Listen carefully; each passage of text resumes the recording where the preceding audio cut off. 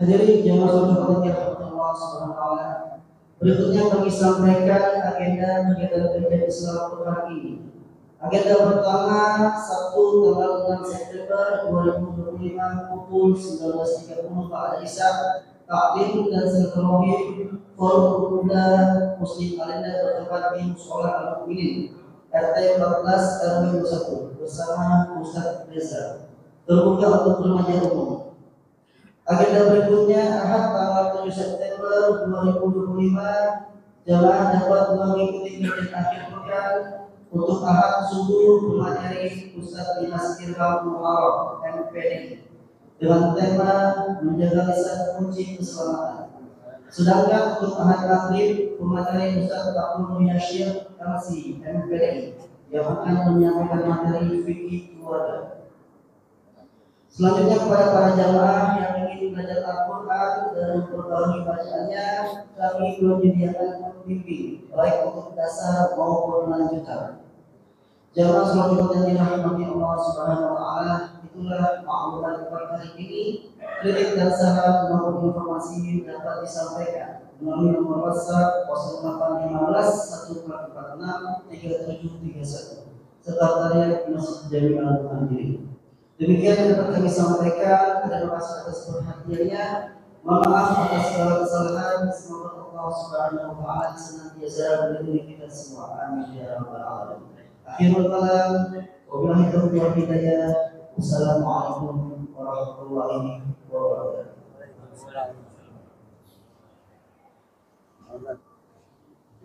Bismillah. Ayo bang. Allahu Akbar.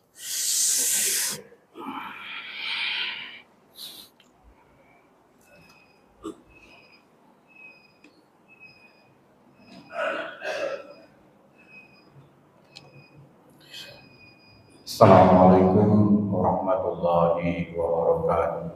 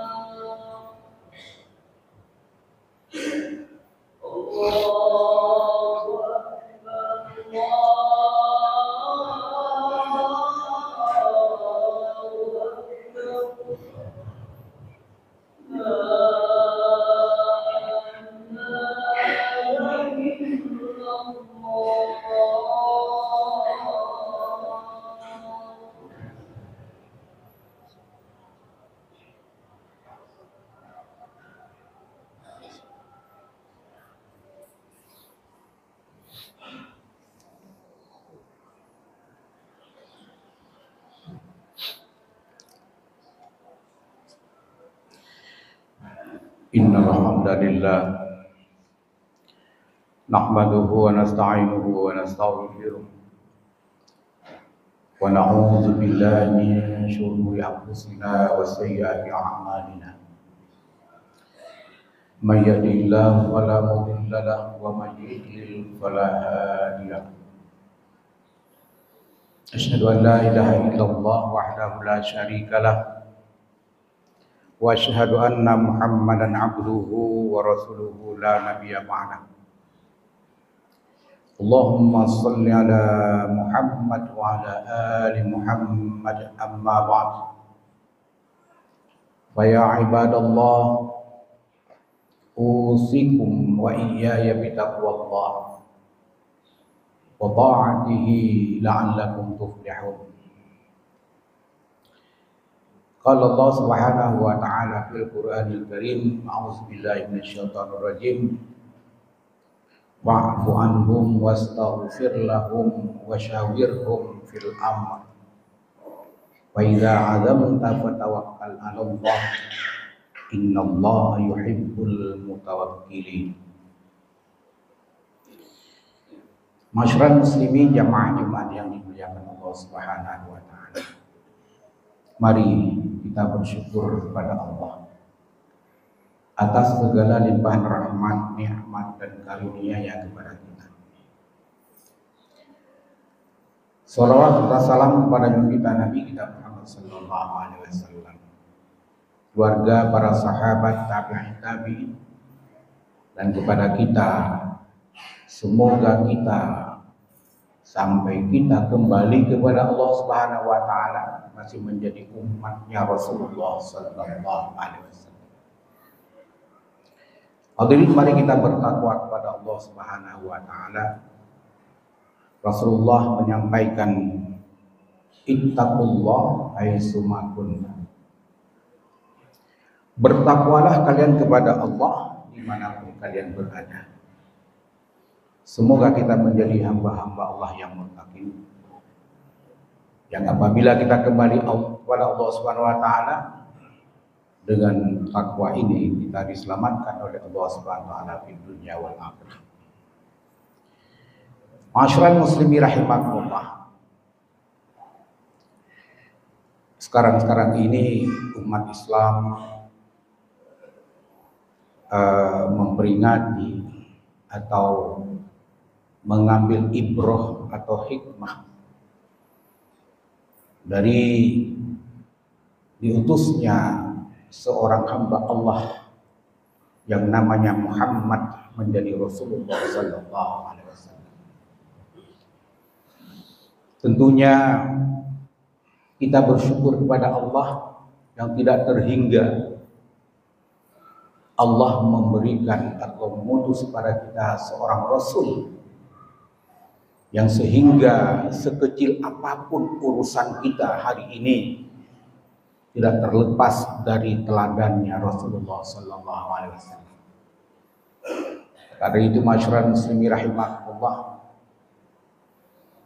bagaimana sesungguhnya kita hidup bermasyarakat, baik dalam keluarga yang lebih luas lagi, apalagi di dalam sebuah negara. Maka Allah Subhanahu wa taala menyampaikan kepada Rasulullah SAW sebuah firman yang diabadikan oleh Allah Subhanahu wa taala dalam surah Ali Imran ayat 159. Di situ Allah menyampaikan kepada kita semua bahwa seorang rasul itu tidak boleh berhati kasar. Jikalah seorang rasul itu atau pemimpin-pemimpin pada umum bersikap keras atau berhati kasar kepada umat, kepada rakyatnya, maka siap-siap saja umat itu atau rakyat itu akan meninggalkan pemimpinnya. Ini Allah sudah berpesan lebih kurang 14 abad yang lalu. Bagaimana tata cara sebenarnya mengelola rumah tangga, mengelola masyarakat, mengelola negara dalam lingkup yang sangat luas. Ini adalah kelembutan Rasulullah SAW. Rasulullah SAW tidak pernah bertutur kata kasar. Beliau memang manusia biasa, tapi beliau dituntun oleh Allah SWT. Lantas kita bertanya, apakah beliau nggak punya nafsu marah? Beliau ketika marah ya marah, tapi marah itu terarah, tidak marah-marah. Karena marahnya beliau adalah suatu petunjuk dari Allah Subhanahu wa taala bahwa sesuatu itu memang tidak boleh dikerjakan. Hadirin belakang Allah Subhanahu wa taala. Ayat ini turun sebenarnya berkenaan dengan masalah perang Uhud. Dan di mana perang Uhud itu kita tahu bahwa awalnya kaum muslimin sudah memperoleh kemenangan yang gemilang. Tapi karena memang sifat manusia dari para pejuang-pejuang pada saat itu muncul kerakusan. Mereka tidak sabar dengan harta rampasan perang yang ada. Mereka tidak menunggu apa yang menjadi kebijakan atau aturan Rasulullah SAW. Maka pada saat itu pejuang-pejuang Islam itu berebut ghanimah, berebut harta rampasan perang. Sedangkan kaum Quraisy, kafir Quraisy pada saat itu yang dipimpin oleh Khalid bin Walid, dan beliau belum menjadi seorang muslim, melihat keasikan kaum muslimin sedang merebut harta rampasan perang. Mereka sedang sibuk dengan dunia, mereka sedang tergiur dengan kekayaan dan hal lain sebagainya. Maka masyarakat muslimin rahimakumullah, pada saat itu dengan mudahnya kafir Quraisy itu menyerang kaum muslimin, dan kemudian kaum muslimin itu mengalami kekalahan. Di antara satunya adalah pamannya Rasulullah SAW, Hamzah, dan juga lebih kurang 70 syuhada lain yang pada saat itu menjadi syahid. Hadirin dan belakang Allah SWT, tentunya Rasulullah SAW sangat marah. Karena bagaimanapun mereka tidak lagi menganggap Rasul sebagai pemimpin. Rasul tidak ada lagi dianggap sebagai seorang komandan perang, panglima perang. Tapi masyarakat muslimin rahimakumullah, seorang Rasul itu juga ada batasan-batasannya. Sehingga Allah Subhanahu wa taala membimbing Rasul. Yang ini kita ambil ibrah, pelajaran buat kita dalam kehidupan kita sehari-hari. Sekecil apa urusan kita, apakah pribadi, keluarga, masyarakat, bangsa dan negara. Apa kata Allah Subhanahu wa taala? Bagaimana sikap Rasulullah SAW dalam mengayomi mereka, dalam menghadapi mereka? Apa kata Allah Subhanahu wa taala? Fa'fu anhum. Maafkanlah mereka. Loh, kenapa kok semudah itu? Ya memang seorang Rasul itu tidak boleh punya hati dendam. Tidak boleh punya hati kasar. Dan ini ajaran Allah Subhanahu wa taala. Jika Allah suruh memaafkan, ya maafkan. Kenapa? Karena memang urusan dakwah Islam itu masih panjang. Dan mereka-mereka yang sudah berbuat salah itu juga sadar mereka punya kesalahan, akan tetapi Allah SWT menyuruh Rasulullah SAW, wa'fu anhum, maafkanlah mereka. Yang ini memang hari-hari ini adalah langka.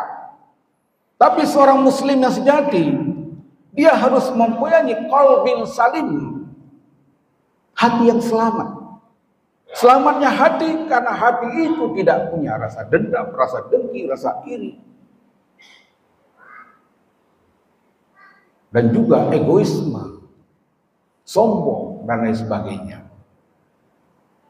Ini hati yang selamat. Dan Rasulullah SAW adalah dibimbing oleh Allah SWT untuk memaafkan mereka. Karena urusan umat Islam ini masih panjang. Ini yang pertama. Ini kita harus galakkan di dalam masyarakat kita. Saling memaafkan. Untuk saling bisa memahami akan kekurangan dan juga menghargai akan kelebihan. Menghilangkan sekat-sekat sentimen di antara satu sama yang lain. Berlebih di antara kita sesama muslim. Tidak ada dendam di antara kita. Karena Allah katakan, kita di antara kita yang paling mulia, inna akramakum indallahi atqakum. Semuanya yang paling mulia di sisi Allah adalah orang yang bertakwa. Yang kedua, Rasulullah SAW dalam bermasyarakat diajarkan oleh Rasulullah SAW, wastaghfir lahum. Mohon ampun kepada mereka. Ma'asyiral muslimin rahimakumullah. Itu bagaimana kejamnya Umar bin Khattab sebelum beliau mendapatkan hidayah dari Allah Subhanahu wa taala. Di mana-mana beliau mengatakan, barang siapa yang bisa membunuh Muhammad dan dia membawa kepala Muhammad ke depan saya akan berikan hadiah 1000 ekor unta. Rasulullah SAW melihat Umar ini luar biasa, ditakuti, gagah perkasa, tokoh Quraisy yang luar biasa. Suatu ketika Rasulullah SAW berdoa kepada Allah SWT, ya Allah, perkuatkanlah Islam ini dengan Umar bin Khattab. Ma'asyiral muslimin rahimakumullah. Dengan doanya Rasulullah SAW, maka Allah Subhanahu wa taala memberi hidayah kepada Umar bin Khattab. Beliau melalui satu proses yang tidak lama.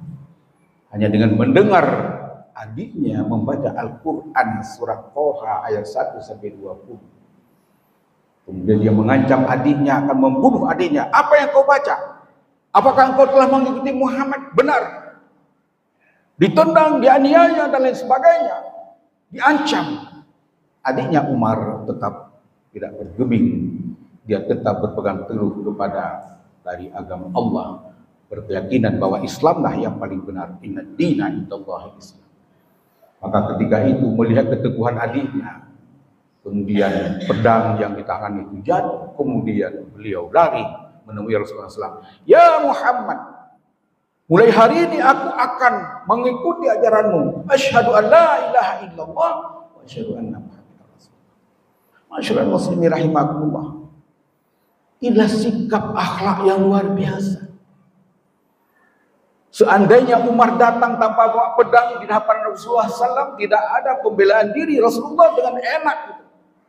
Gampang bagi Rasulullah untuk balas dendam. Tapi karena doa Rasulullah SAW, ketika Umar bin Khattab sudah menjadi seorang muslim, tentunya dosanya Umar bin Khattab dihapus semuanya, kembali menjadi seorang yang fitrah. Maka dari itu ma'asyiral muslimin rahimakumullah, bagi kita jangan terlalu cepat memvonis orang. Karena jika Allah memberikan petunjuk, jika Allah memberikan hidayah, maka hidayah itu tidak akan susah. Dan bagi kita yang sudah menjadi seorang muslim pun, kita harus menjadi seorang yang selalu mendoakan saudara-saudara kita. Yang pada hari ini adalah di mana di Palestina itu saudara kita. Innamal mu'minuna ikhwah. Sungguhnya muslim itu bersaudara. Kalau sudah bersaudara, kita satu syahadah, Tuhan kita adalah Allah, maka haram kita untuk membunuh seseorang yang sudah bersyahadat. Haram kita mengambil hartanya tanpa sepengetahuan pemiliknya. Haram kita untuk merusak kehormatannya. Masyaallah muslimin rahimakumullah. Ini tidak hanya di lingkungan kita, antar negara, lintas negara. Dimanapun ada umat Islam yang dizalimi, itu saudara kita, dan kita doakan mereka. Wabil khusus adalah pejuang-pejuang Palestina hari ini membela tanah suci umat Islam itu bukan hanya milik orang Palestina, tapi inilah milik umat Islam sedunia. Jikalau kita tidak bisa membantu dengan senjata, dengan duit, maka doakanlah mereka pejuang-pejuang agar diberikan kesabaran, kekuatan, kemudahan oleh Allah Subhanahu wa taala. Dengan demikian free Palestina itu akan terwujud pada saatnya nanti, karena itu adalah tanah suci umat Islam. Masyaallah muslimin rahimakumullah, dan kita juga selalu bermohon ampun kepada mereka-mereka yang memang hari ini mungkin belum peduli. Semoga umat Islam itu peduli terhadap saudara-saudara kita di Palestina dan saling mendoakan, saling memohon ampun kepada Allah Subhanahu wa taala. Yang ketiga, wasyawirhum. Nabi kita Muhammad SAW bukan seorang pemimpin yang otoriter. Beliau selalu mengajak musyawarah bersama sahabatnya. Karena dengan musyawarah itulah akan ada solusi dalam kehidupan. Pemimpin dan umara itu bertemu bermusyawarah mencari solusi bagaimana. Kondisi yang sudah seperti ini harus ada jalan keluarnya dengan cara yang diridhoi oleh Allah Subhanahu wa taala. Hadirin, Nabi kita Muhammad SAW dalam menghadapi kaum Quraisy pada saat itu mau menyerang Madinah, ada seorang sahabat namanya Salman Al-Farisi. Beliau memberikan saran. Rasulullah SAW menanyakan bermusyawarah, bagaimana kalau kita kedatangan kaum musyrikin dari Mekah yang akan menyerang kita semua ini? Maka kata Salman Al-Farisi, kita gali parit, itulah namanya perang Khandaq. Kita sambut mereka di tengah-tengah kota Madinah. Apabila mereka datang, mereka akan terjebak dengan parit itu dan mereka akan kalah. Rasulullah SAW bukan seorang yang egois. Rasulullah SAW selalu mengedepankan musyawarah. Selama musyawarah itu atas ridho dan izin Allah Subhanahu wa taala. Jadi tiga hal inilah yang diantaranya teladan-teladan yang kita bisa petik hikmah dari diutusnya Rasulullah SAW. Yang pertama, saling memaafkan. Yang kedua, saling memohon ampun. Yang ketiga, jangan egois siapapun kita, musyawarah untuk mencari jalan yang terbaik dalam kehidupan kita. Kemudian kata Allah Subhanahu wa taala, bertawakal kepada Allah. Apabila kita sudah semuanya kita jalankan sebagai satu syariat ataupun usaha, hakikatnya kembali kepada Allah Subhanahu wa taala. Fa idza aqamta fatawakkal 'ala Allah. Apabila kamu sudah bertekad untuk menjalankan sesuatu masalah, program apapun juga namanya, tawakal kepada Allah, serahkan kepada Allah. Semoga Allah Subhanahu wa taala memberikan jalan terbaik buat kita semua untuk keluar dari krisis apapun juga. Lambat atau cepat, semoga doa kita dikabulkan oleh Allah Subhanahu wa taala dengan tawakal kita kepada Allah Subhanahu wa taala. Innallaha yuhibbul mutawakkilin. Sesungguhnya Allah suka kepada orang-orang bertawakal, tidak suka kepada orang-orang yang putus asa, yang mengingkari Allah Subhanahu wa taala. Barakallahu wa lakum fil Qur'anil azim wa nafa'ani wa iyyakum bima fihi minal ayati wa dzikril hakim. Taqabbal minni wa minkum tilawatahu innahu huwal ghafurur rahim.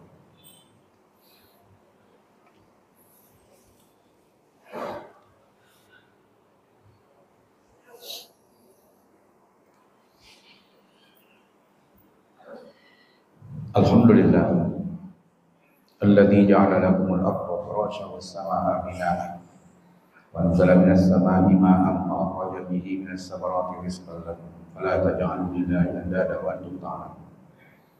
Asyhadu an la ilaha illallah wahdahu la syarika lah wa asyhadu anna Muhammadan 'abduhu wa rasuluhu la nabiyya ba'dahu. Allahumma shalli ala Muhammad wa ala ali Muhammad amma ba'du. Wa ya ibadallah, usikum wa iyaya bitaqwallah wa ta'atihi la'allakum tuflihun. Innallaha wa malaikatahu yusholluna 'alan nabi ya ayyuhalladzina amanu shallu 'alaihi wa sallimu taslima. Allahumma ighfir lil muslimina wal muslimat wal mu'minina wal mu'minat al ahya'i minhum wal amwat innaka sami'un qaribun mujibud da'wat wa ya qadhil hajat. Rabbana zalamna anfusana wa illam taghfir lana wa tarhamna lanakunanna minal khasirin. Rabbana hab lana min azwajina wa dhurriyyatina qurrata a'yun waj'alna lil muttaqina imama. Allahumma arinal haqqa haqqan warzuqna ittiba'ah وأرنا الباطل باطلا وارزقنا اجتنابه. اللهم إنا نسألك رضاك والجنة ونعوذ بك من سخطك والنار. اللهم إنك عفو كريم تحب العفو فاعف عنا يا كريم. ربنا آتنا في الدنيا حسنة وفي الآخرة حسنة وقنا عذاب النار. عباد الله إن الله يأمر بالعدل والإحسان وإيتاء ذي القربى وينهى عن الفحشاء والمنكر والبغي يعظكم لعلكم تذكرون. فاذكروا الله العظيم يذكركم واسألوا من فضله يعطيكم ولذكر الله أكبر.